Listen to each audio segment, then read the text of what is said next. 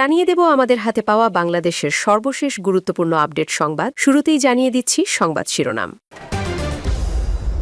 জীবনের প্রতিটি ক্ষেত্রে সততা, দক্ষতা ও আমানতদারিতার পরিচয় দিতে হবে বলল জামায়াত আমির। যুগপৎ আন্দোলনে ঘোষিত ৩১ দফার ভিত্তিতেই হবে রাষ্ট্র সংস্কার বলল মির্জা ফখরুল। জুলাই সনদ অসাংবিধানিক হলে বিএনপি সরকারও অবৈধ বলল সার্জিস আলম। ইরানে আগ্রাসন নিয়ে তোপে ট্রাম্প প্রশাসন। অত্যাচারীদের শাস্তির অভিযান অব্যাহত থাকবে বলল ইরান। এবং সর্বশেষ জানিয়ে দেব এপির প্রতিবেদন, ইরান অভিযানে ৫০০ মার্কিন সেনা আহত। শিরোনাম শুনছিলেন, এবার বিস্তারিত।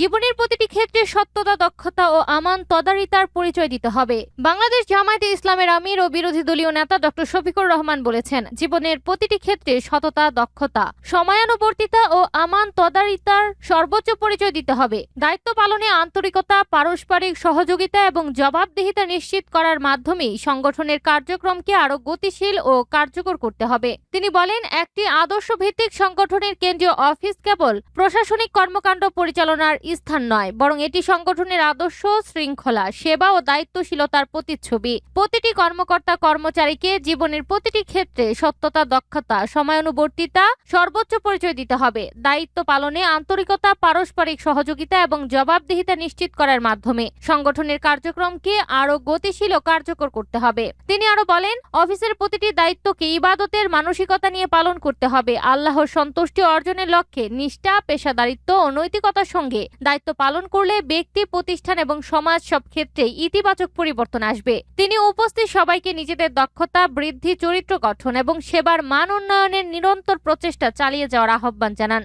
যুগপৎ আন্দোলনে ঘোষিত ৩১ দফার ভিত্তিতেই হবে রাষ্ট্র সংস্কার বলল মির্জা ফখরুল। যুগপৎ আন্দোলনের মিত্র রাজনৈতিক দল ও জোটগুলোর সঙ্গে জাতীয় ঐক্য আরও সুদৃঢ় করতে সরকার গঠনের ৫ মাস পর প্রথমবারের মতো নৈশভোজ ও শুভেচ্ছা বিনিময়ে মিলিত হয়েছেন প্রধানমন্ত্রী তারেক রহমান। দীর্ঘ ১৫ থেকে ১৬ বছরের আন্দোলনের সহযোদ্ধাদের এই মিলনকে দেশের গণতান্ত্রিক অভিযাত্রা ও রাষ্ট্র সংস্কারের নতুন অধ্যায় হিসেবে আখ্যা দিয়েছেন বিএনপির মহাসচিব মির্জা ফখরুল ইসলাম আলমগীর। নৈশভোজ শেষে সাংবাদিক ব্রিফিংয়ে মির্জা ফখরুল বলেন, সরকার গঠনের ৫ মাস পর মিত্র দলগুলোর শীর্ষ নেতাদের নিয়ে এই বৈঠক অত্যন্ত তাৎপর্যপূর্ণ। দীর্ঘ আন্দোলনে একসঙ্গে থাকা রাজনৈতিক নেতৃত্বের সঙ্গে প্রধানমন্ত্রী আন্তরিক পরিবেশে মতবিনিময় করেছেন। ব্রিফিংয়ের শুরুতে তিনি জুলাই ২০২৪-এ ছাত্র জনতার অভ্যুত্থানে নিহত শহীদদের প্রতি গভীর শ্রদ্ধা জানান। তিনি বলেন, ফ্যাসিবাদ ও স্বৈরাচারের অবসান ঘটিয়ে দেশে গণতান্ত্রিক পরিবেশ ফিরিয়ে আনার সুযোগ সৃষ্টি হয়েছে শহীদদের আত্মত্যাগের মধ্য দিয়ে। আহত ও পঙ্গুত্ব বরণকারী আন্দোলনকারীদের অবদানও জাতি চিরদিন স্মরণ করবে। সরকারের ৫ মাসের কার্যক্রম তুলে ধরে বিএনপির মহাসচিব বলেন, অন্তর্বর্তীকালীন সরকার জনগণের কল্যাণকে অগ্রাধিকার দিয়ে কাজ করেছে। প্রথম মন্ত্রিসভায় বৈঠকে ১০,০০০ টাকা পর্যন্ত কৃষি ঋণ সুদ সহ মওকুফের সিদ্ধান্ত নেওয়া হয়েছে। একই সঙ্গে ফ্যামিলি কার্ড ও কৃষক কার্ড বিতরণ, বিভিন্ন ধর্মীয় প্রতিষ্ঠানের ইমাম, পুরোহিত ও ফাদারদের ভাতা প্রদান, খেলোয়াড়দের ভাতা চালু এবং খাল খনন কর্মসূচি বাস্তবায়নের কাজ শুরু হয়েছে। তিনি বলেন, সরকার একটি ভেঙে পড়া রাষ্ট্রীয় ও অর্থনৈতিক কাঠামোর দায়িত্ব গ্রহণ করেছে। ব্যাংকিং খাত সহ বিভিন্ন প্রতিষ্ঠানকে পুনর্গঠনের কাজ ইতিমধ্যে শুরু হয়েছে এবং ধাপে ধাপে সেগুলোকে স্বাভাবিক অবস্থায় ফিরিয়ে আনার উদ্যোগ নেওয়া হচ্ছে। জুলাই সনদ অসাংবিধানিক হলে বিএনপি সরকারও অবৈধ বলল সার্জিস আলম। জাতীয় নাগরিক পার্টি এনসিপির উত্তর অঞ্চলের মুখ্য সংগঠক সার্জিস আলম বলেছেন যে, জনগণ ৫০% ভোট দিয়ে বিএনপিকে ক্ষমতায় পাঠিয়েছে। সেই জনগণই ৭০% ভোট দিয়ে গণভোটে জুলাই সনদ ও রাষ্ট্র সংস্কারের পক্ষে মত দিয়েছে। যে সাংবিধানিক প্রক্রিয়ার মাধ্যমে বিএনপি সরকার গঠিত হয়েছে এবং যে প্রক্রিয়ার ভিত্তিতে গণভোট অনুষ্ঠিত হয়েছে, সেটিকেই এখন অবৈধ বলা হচ্ছে। যদি সংস্কার অবৈধ হয়, জুলাই সনদ যদি অসাংবিধানিক হয়, তাহলে বিএনপি সরকারও অবৈধ। সার্জিস আলম বলেন, আমরা দেখছি কোথাও জামায়াতের এমপি থাকলেও টেন্ডার হতে না হতেই সরকারি বিভিন্ন দপ্তরে বিএনপি, যুবদল ও ছাত্র দলের নেতাকর্মীদের প্রভাব বিস্তার করা হচ্ছে।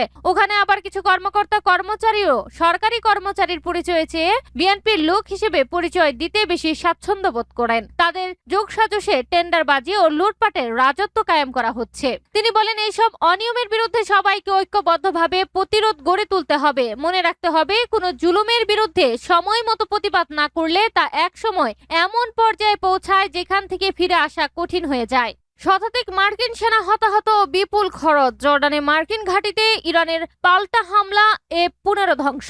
কুয়েতের বিদ্যুৎ ও পানি বিশুদ্ধকরণ কেন্দ্রে ভয়াবহ অগ্নিকা। বাহরাইনে যুক্তরাষ্ট্রের বিমান প্রতিরক্ষা ব্যবস্থা ধ্বংস। হরমুজে 2 তেলবাহী ট্রাঙ্কের বিস্ফোরণ। সৌদি আরবের উপর হুতিদের অবরোধের চাপের মুখে যুক্তরাষ্ট্র।